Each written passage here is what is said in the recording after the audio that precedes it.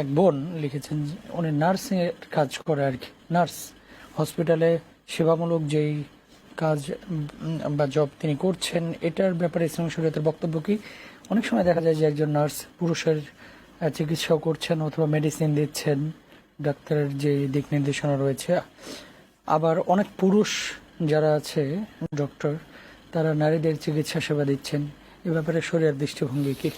Nursing ইসলামে নারী পুরুষ উভয়ের জন্য বৈধ আছে, কিন্তু অবশ্যই শর্ত সারায়ত এখানে আছে।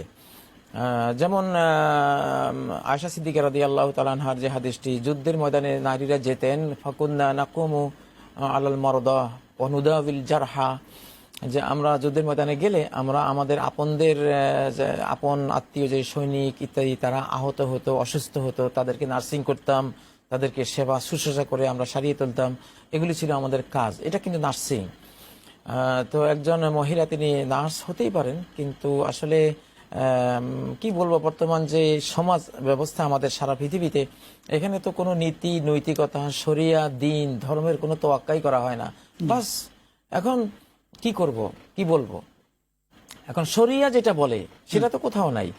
শরিয়ার নিয়ম হলো যে নারী নার্স যারা, তারা নার্সিং এর জন্য নারীদেরকে তারা বেছে নেবেন, তারা নারী অসুস্থদের রোগীদের পেশেন্টদের তারা নার্সিং করবেন, দেখাশোনা করবেন।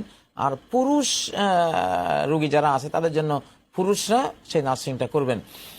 যদিও বিপরীত হতে পারে, একান্ত ঠেকে গেলে, নিরুপায় হলে, কোনো উপায় না থাকলে, তখন সেটা ইসলামে তো ফামানি তোর রাগয়রা বাগিমলা আদিন ফালা ইসমাইলাহি, নিরুপায় হয়ে গেলে কোনো গুনাহ নাই।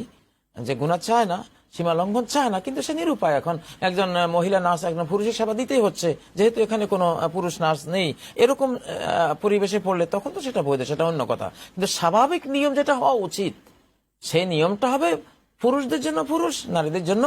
এখন সিজারের ক্ষেত্রে মাত্র অনেক সময় দেখা যায় যে হসপিটালে নারী ডাক্তার বিদ্যমান, তারপরেও পুরুষকেও নারীর সিজার করছেন, সেসব ক্ষেত্রে হুকুম কি? একই কথা। অবশ্যই সেখানে একজন নারীকে তার নারী ডাক্তাররাই তাকে দেখাশোনা করবেন। সিজারের কথা আসলেই তো বলতে ভয় লাগে। আসলে আমাদের দেশের সিজার, যেমন জাতিসংঘের যেটা মাত্রা, যে 1000 প্রেগনেন্ট মহিলার মধ্যে যদি 15 জনের সিজার হয়, 1000-এ মাত্র 15 জন যদি সিজার হয়, এটা স্বাভাবিক। 1000-এ 15 জন, আর আমাদের বাংলাদেশে হয় 1000-এ 80 বা তার চেয়ে আরো বেশি। কোথায়? এটা তো ধারে কাছেও নাই। তো এটা যে কত ভয়ঙ্কর, একটা পুরো জাতির, মাতৃ জাতিকে পঙ্গু করার অবস্থা আমাদের দেশে চলছে। তো যাই হোক, তো সিজারের প্রশ্ন যেটা করেছেন যে মহিলা ডক্টর থাকতে কেন পুরুষ সেখানে সিজারের দায়িত্ব নেবে, কিছুতেই এটা ইসলামী শরিয়া এগুলোকে অনুমতি দেয় না। সেখানে মহিলা ডক্টররাই সেখানে এটা করবেন, যদি সেটা করাটা বৈধ হয় এবং প্রয়োজন সেরকম নিরুপায় যদি হয়, সিজার ছাড়ার উপায় নেই, এরকম যেটা হয়, শতকরা 2-1টা কেস এরকম হতে পারে।